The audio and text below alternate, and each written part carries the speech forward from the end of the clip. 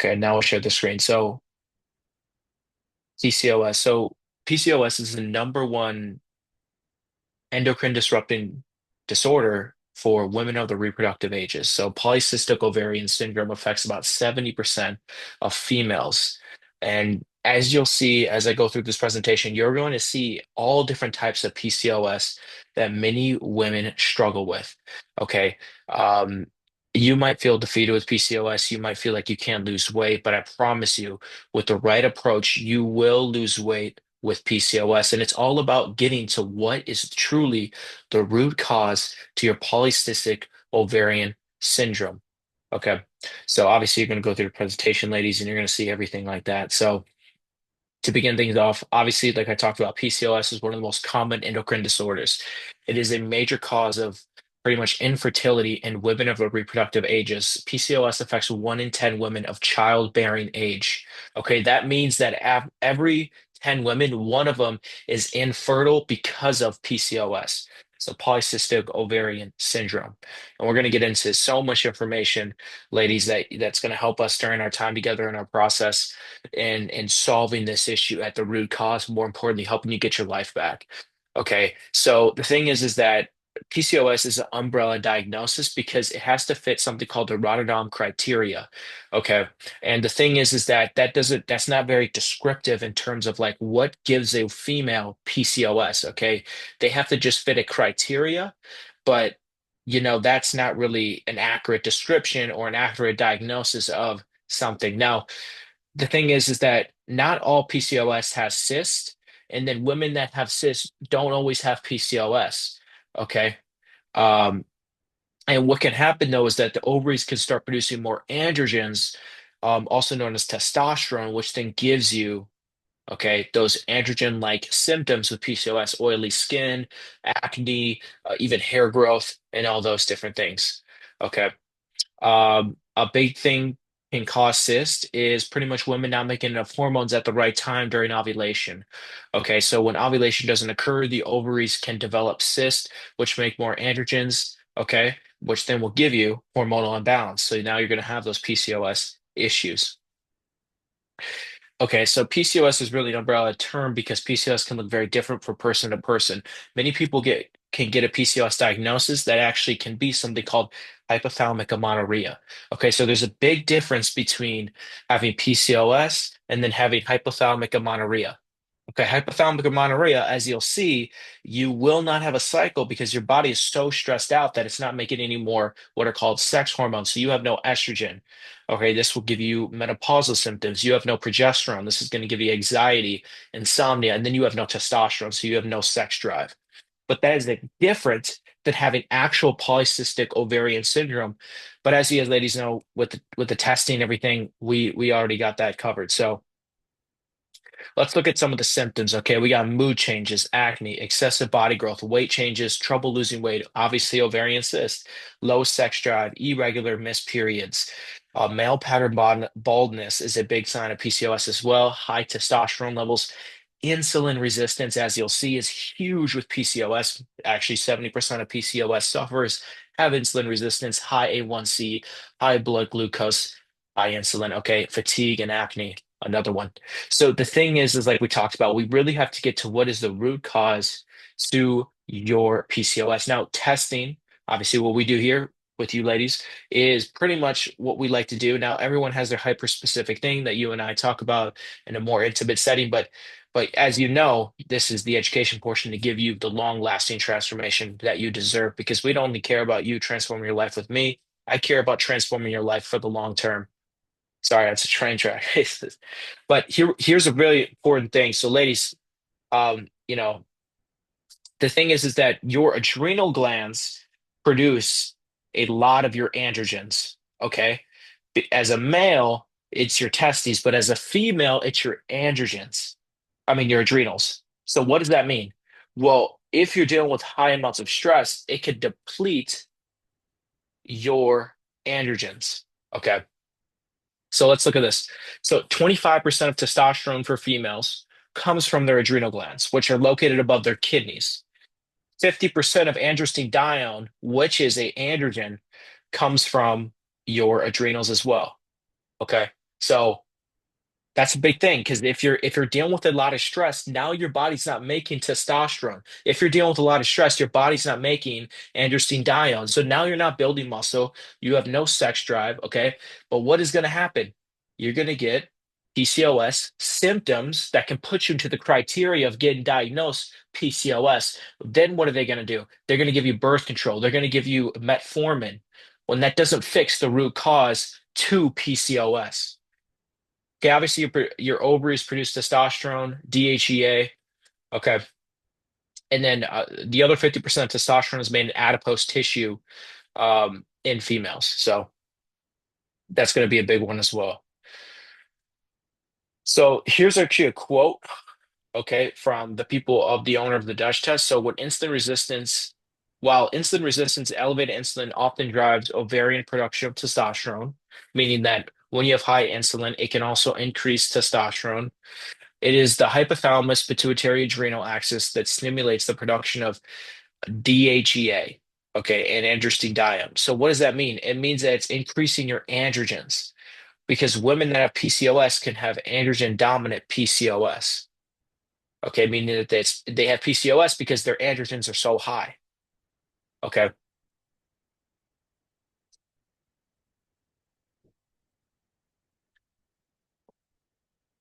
So the thing is like, what can cause androgen excess? So how could you be a female PCOS having so much androgens?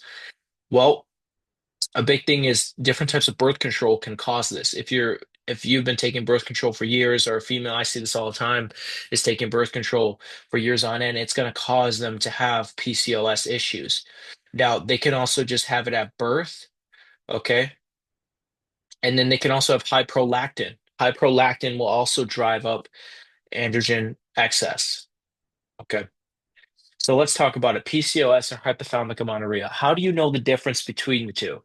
Okay, so the thing is that many diagnoses of PCOS are actually hypothalamic amenorrhea, meaning it's because you're not having a cycle because you're so stressed out, but they think it's PCOS, but it's not. Okay, so hypothalamic amenorrhea is the loss of periods due to undereating, overexercises. The best way to distinguish in looking at is looking at LH and FSH on day two of the cycle or random if no cycle. Okay. So you can have similar symptoms of missing irregular periods or missed periods. You can even have polycystic ovaries. Okay. But the thing is that we want to look at the LH and FSH, which is the hormone stimulating to your ovaries. Okay. Now the thing is with polycystic ovarian syndrome, you have high LH and FSH ratio, but with hypothalamic amenorrhea, you have low FSH and LH ratio. Okay, is this all making sense? Just put a thumbs up in the chat.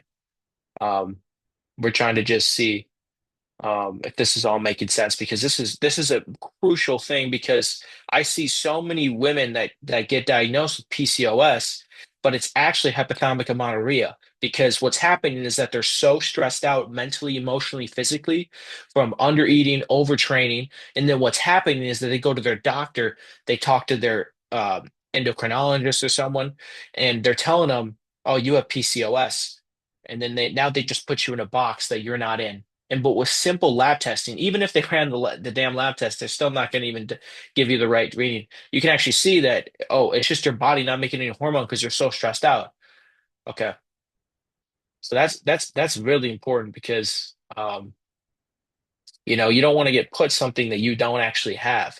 Okay, so like what we're looking at here, we're looking at this lab test here. This is a Dutch, so a dried urinary test of comprehensive hormones. And so what we're seeing here is that okay. So in this, I gave an example here. So this client is technically androgen dominant because her estrogen is so low and her progesterone is so low as well. But her androgens, these are her androgens, are a lot higher. Okay. So she hasn't had a menstrual cycle in years because she has no hormones to actually ovulate. So what's the doctor going to do though? They're going to give you PCOS, but that's not the truth because what's happening is that you're overtraining, over-exercising, under-eating, stressing too much, drinking a bunch of alcohol, taking a bunch of medications like birth control, okay? And now your body doesn't have any what are called sex hormones to actually ovulate. You're not going to have FSH rise, so your follicular stimulating hormone isn't going to rise for when menstruation happens. So then you're not going to get the release of pretty much progesterone into luteal phase.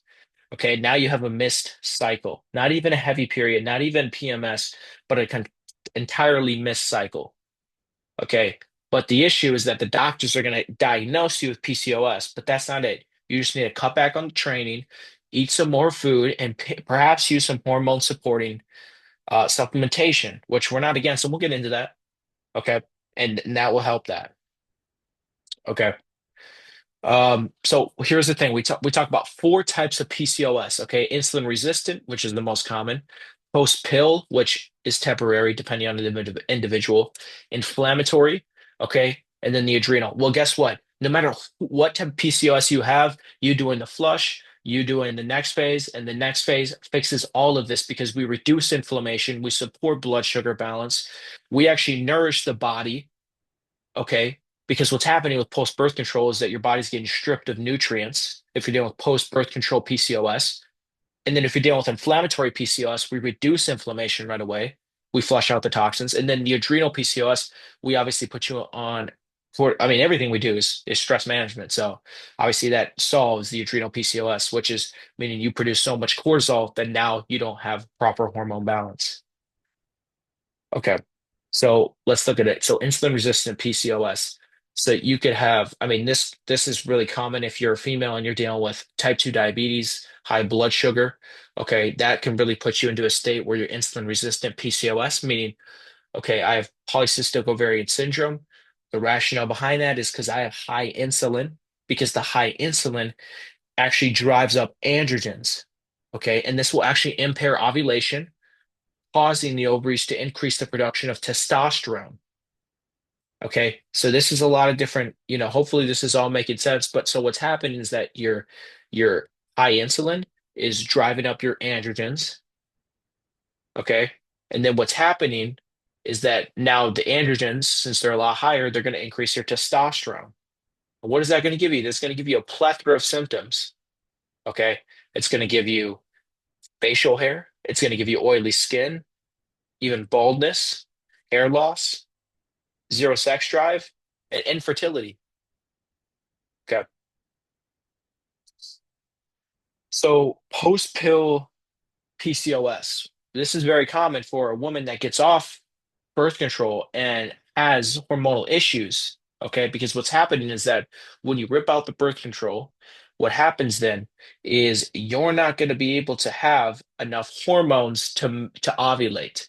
So now you don't have proper, what happens with birth control is that your body gets stripped of B vitamins, magnesium, zinc, tyrosine even.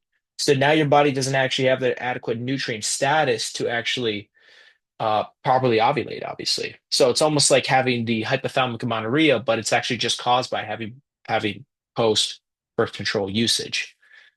Okay. So what are we doing for inflammatory PCOS? I'm going to tell you from clinical evidence meaning someone who actually does it. Obviously, you guys know you're here.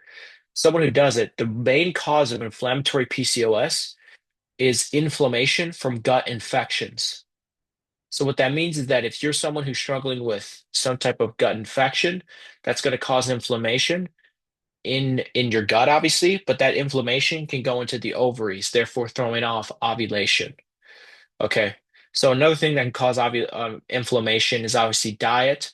Obviously, added sugars, a bunch of processed food that 100% is going to drive hormonal imbalance, PCOS.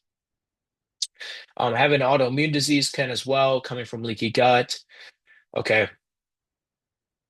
And PCOS, I mean, inflammatory PCOS it doesn't always come with post-pill PCOS or insulin-resistant PCOS. It can come as just inflammatory PCOS. Okay. Another big thing is that on a blood test marker, you'll see high CRP. That's also indication of inflammatory PCOS. Okay, so adrenal PCOS, which is probably the most common, truthfully, is when you have so much cortisol getting produced that it increases your DHEA sulfate. So that's what DHEAS stands for. Okay. So when you have high adrenals, then it's going to increase, okay, the DHEA, which is going to drive the same symptoms of really having high testosterone. Okay. But the difference between having high DHEA, so here's a good way to put it. You can have the same symptoms with high DHEA and then high testosterone, but how you get there is different. Okay, you can have high DHEA from just having high adrenal response, and then you could have high testosterone because you have high insulin response. Okay. Nonetheless, though, if we get your cortisol levels down, that's also going to help improve your blood sugar balance, and that's going to improve these issues that you're struggling with, meaning the high androgens, the elevated testosterone. That's going to get that down with your PCOS. Okay. So that's why I really think that blood testing for PCOS is probably one of the best things. Now, there is a 60% chance that usually doing a Dutch hormone test is good with PCOS in terms of looking at the adrenal glands in a 24-hour period, but also looking at your androgens as well. Regardless, though, doing the simple basics is going to improve all of this. Getting more sleep is going to obviously lower your cortisol. Cutting out toxic people, supporting your nervous system is going to support your adrenal response, therefore helping your PCOS. Now, that's also going to drive down inflammation. Obviously, improving your diet is all going to do that. It's going to support all that. So, another thing to focus on is PCOS and metabolic syndrome. Okay. So, metabolic syndrome is like cardiovascular disease, high blood pressure, type 2 diabetes, even cancer, sleep apnea. Okay. Pretty much if you're a female that has PCOS, you most likely have a higher chance of metabolic syndrome. And if we're going to be real here, I mean, 5 out of 10 adults right now have metabolic syndrome. So the numbers are all adding up here.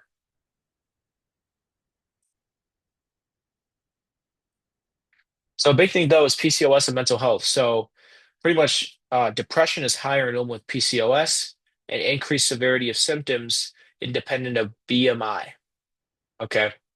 Now, here's why I think that happens is because with women with PCOS, they usually don't have enough progesterone. So if you're a female and you have PCOS and you don't have enough progesterone because your adrenal glands are working too hard, you have so much inflammation, you got off just birth control, or you have insulin resistance, now your body doesn't have what is called the calming hormone as a female that actually works with a neurotransmitter called GABA to actually calm you down. So what then happens is you have anxiety and depression because you don't have this hormone.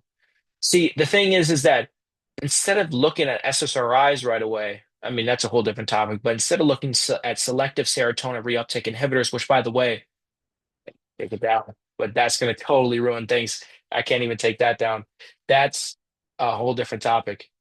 But pretty much having that is going to cause you to have depression symptoms, anxiety, and so much different other things. So um, that's really a big reason why I think women with PCOS have those depression-like symptoms is because some of them don't have enough progesterone.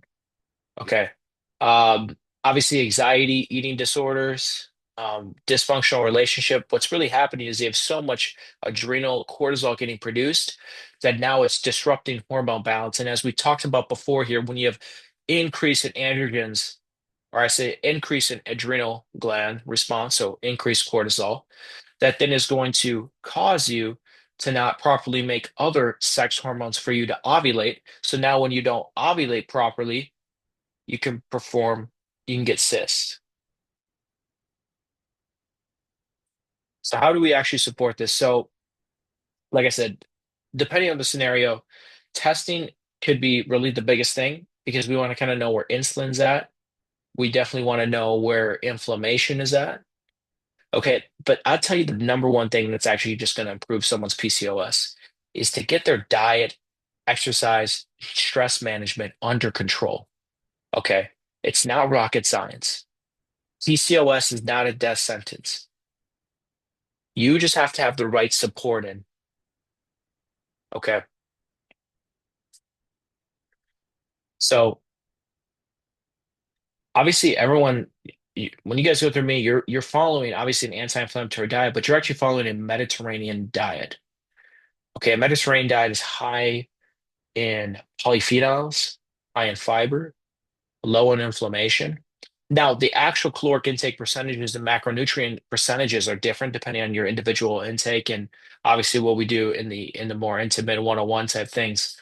But that's just going to be the biggest thing that's going to drive the inflammation down, which is then going to support hormone balance. Okay. Now, a number one thing that's really going to help with PCOS, I mean, the best thing that's going to help with PCOS is resistance training, building muscle. Because when you have better insulin sensitivity, that's obviously going to lower the insulin response, the high A1C, the high fasted glucose, but it's also going to support hormone balance because now your body's more efficient as using carbohydrates as fuel. So another thing is lowering your testosterone levels, okay, because you want to increase SHBG. So when you increase SHBG, sex hormone binding globulin, it lowers free testosterone. Okay, so if you're female dealing with high testosterone, obviously you want to lower that. So you can use that with flax seeds. Obviously, we do that. Green tea is a good one. And then obviously coniferous veggies. So leafy greens, 2 cups leafy greens. That's why we do that. So obviously we do the flush, what you guys know of, in terms of trying to reduce the inflammation. And then we did the beginning of the 5-hour gut process in terms of reducing the bacterial overgrowth in the gut. Some people use Ultra Inflam X. Now, I don't really use that powder in many cases because I believe using the fatty acid pro is better. Or I just believe that just using the diet that we have right now just is the best. Now, specialized pro resolving mediators. I made actually, it was probably 3 or 4 months ago. I made a whole video about that. I put it in the group chat. I'll probably have to send it again because, cycle. The ginger is really good. Turmeric, glutagenics powder, which is glutamine. I tell you guys to get that for the gut shot anyway. Fish oil, obviously removing food triggers. Well, that's what we do. We remove the gluten, we remove the dairy, the processed food, obviously. The manage stress, improve sleep. Okay. Is this all making sense? Just put like a thumbs up in the chat. Um, Hopefully this is making sense. I really want to emphasize though, like the biggest thing about with the PCOS is figuring out what type of PCOS you have specifically. Like that's the biggest thing because if you can have empowerment through that. Okay. So let's look at some other things here now. Now, here are some things to support insulin blood sugar control if you have insulin resistant PCOS. Now I want to actually move to a good slide here that says berberine reduce visceral adipose tissue and improve insulin sensitivity similar to metformin. It also improved insulin resistance in theca cells. So pretty much your glucose cells that your body uses, or your cells, the cells that use glucose when you eat carbohydrates, okay, with an improvement of the ovulation rate per cycle. Okay. Essentially saying that berberine really helps with fat loss and improved insulin sensitivity. Okay. Um, Another big thing is myo-inositol is a really good powder herb, whatever you want to say, because it increases insulin sensitivity, reducing A1C, blood glucose. And then even decreases hyperandrogenism, so lowering those androgens, those testosterone. Now, another thing is supporting or lowering your androgens. Now, the best way we do this is obviously manage stress and even improving blood sugar response. Now, another big thing that's going to help with lowering your androgens if you're dealing with androgen dominant PCOS is also um, getting adequate zinc in. So this is why red meat is good because obviously it has protein, but it also has high amounts of zinc. Is really going to do that. Now, spirulactone, that's we don't really use that. I mean, we have it with my partner telehealth clinic, which sometimes the thing is half of you guys don't need this. You don't need all these crazy things.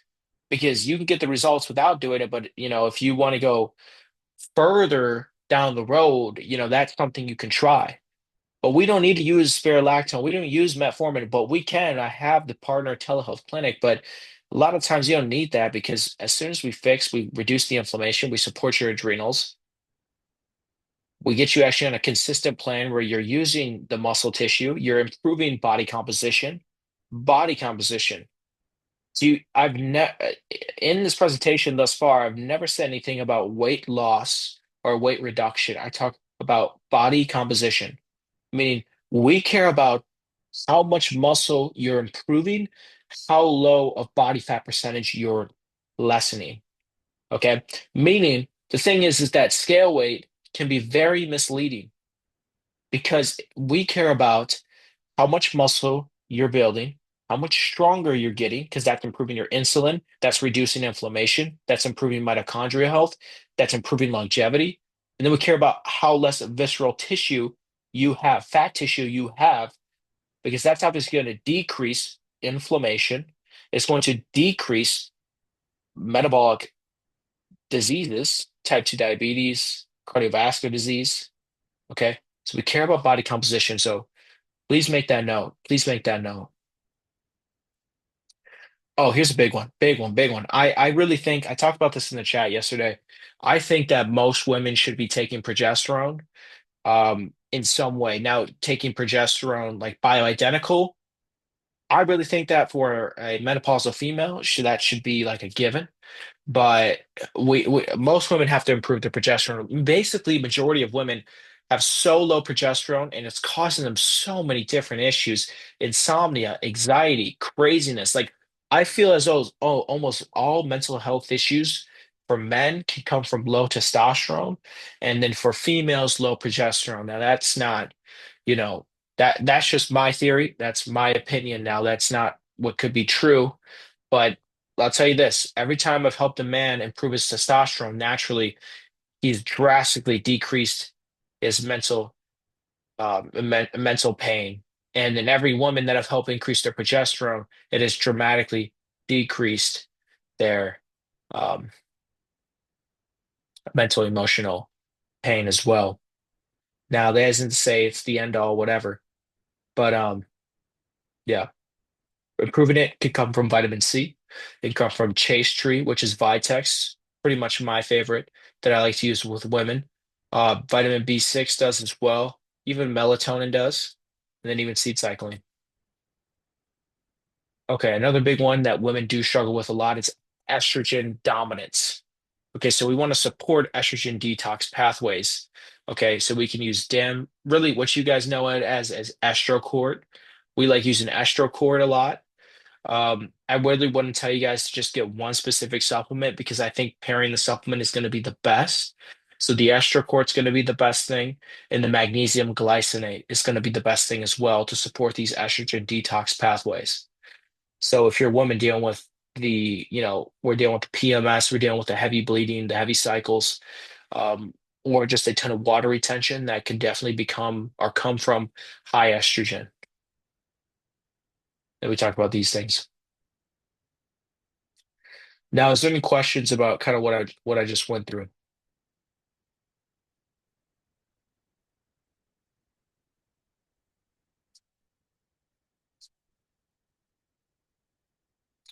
Okay, so a big thing is that um, it really is the type of PCOS you have, but no matter what you have with the type of PCOS, really the biggest thing is figuring out what type you have, but essentially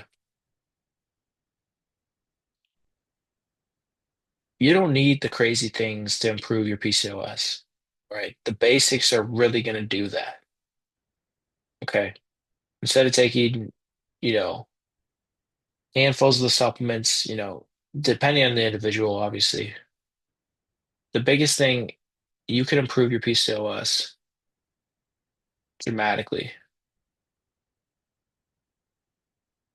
by getting more sleep, following the higher protein diet, getting resistance training in, getting enough sleep in, and fixing your gut. And that's exactly what you and I both do together. Right. So hopefully this helped. If there's no questions, let's see. What if we have a combination of all types of PCOS? Yeah, so kind of like we said, I mean, everything that we do tackles everything. Okay, in the beginning, we're reducing inflammation. Okay, we're fixing inflammatory PCOS. We're reducing adrenal response, lowering cortisol. We fix adrenal PCOS. We stabilize blood sugar, your blood sugars, fixes insulin resistant PCOS. We nourish your body with tons of different phytonutrients from the Mediterranean diet, full of different micronutrients that supports post-birth control PCOS. We get you more steps. We have you resistance train. We have you take magnesium glycinate. We use the gut shot. Those all each improve each type of PCOS, from the insulin resistance to the adrenal to the inflammatory, and to the post-birth control. The only difference is that if you're coming in or you're doing some type of lab testing, you really want to look at LH and FSH, testosterone and estrogen and prolactin and SHBG. Now, if you're looking at the Dutch, you're really just looking at DHEA, cortisol, and androgens and testosterone and estrogen. But without doing all those testings, you could really get this done. Fixing your gut, healing your gut's going to do that. Because think about it, like you're gonna have a lot of hormonal issues if you're drinking alcohol every weekend, you're not eating any nutrient dense foods, you're not getting any exercise in. Hell yeah, that's gonna disrupt hormone balance. But what's gonna improve it is the opposite of all that. So every single thing I do does everything. It supports your thyroid, it supports your gut. The way that I just package it in my content just helps people actually bring awareness. Here's the thing.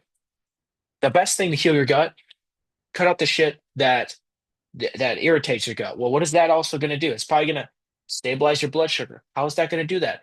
Well, I tell you to cut out added sugar. Now you're not getting insulin spikes. I tell you to cut out processed food. Now you're going to eat an extra 800 calories from food. So everything I'm saying is not some profound thing. It really goes down to the basics. It's not profound. It's all the same thing. If you have an autoimmune condition, hell yeah. If you're eating a bunch of gluten and processed food, you're going to get some immunological responses. So you can heal all conditions through lifestyle, diet. Okay. Before I did all this, I actually worked with someone at Metagenics. And if you don't know what Metagenics is, it's a global functional medicine institute. And essentially, the owner of that institute is Dr. Mark, not Dr. Jeffrey Bland. And essentially, he's the founder of lifestyle functional medicine. And during that time, we talked about all different things from type 2 diabetes to PCOS to Graves' disease to Hashimoto's to hypothyroidism to all the things to the generic weight loss. And you could fix every condition, cardiovascular disease, without using pharmaceutical drugs. But since we've been so ingrained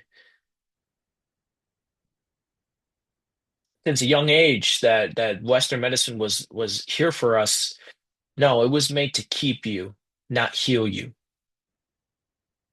Okay. So that's all important.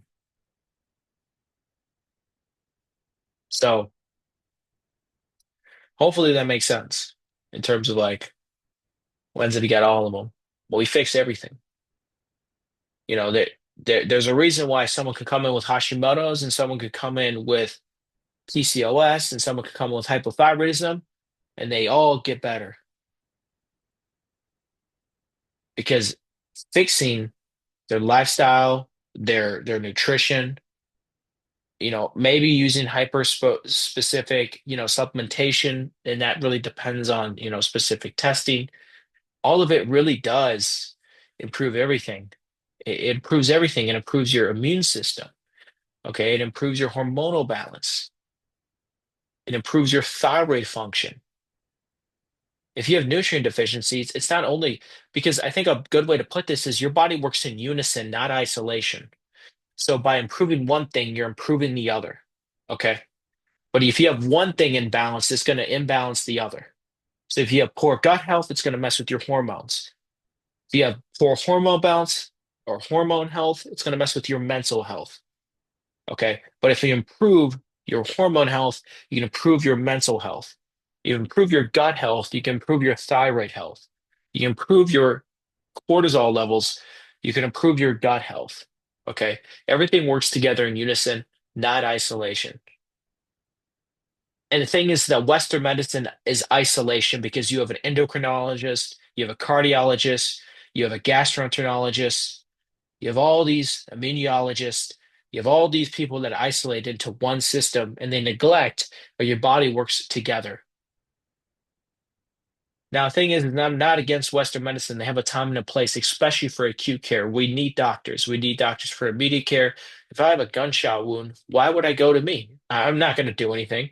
But if you have a lifestyle disease like type 2 diabetes, they're going to give you metformin. They're going to give you a beta blocker, maybe an ACE inhibitor, obviously a statin.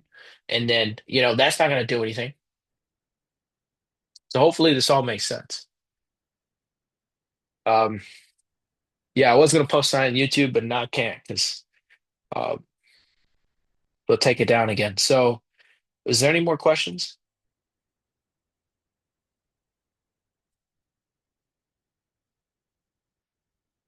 All right then.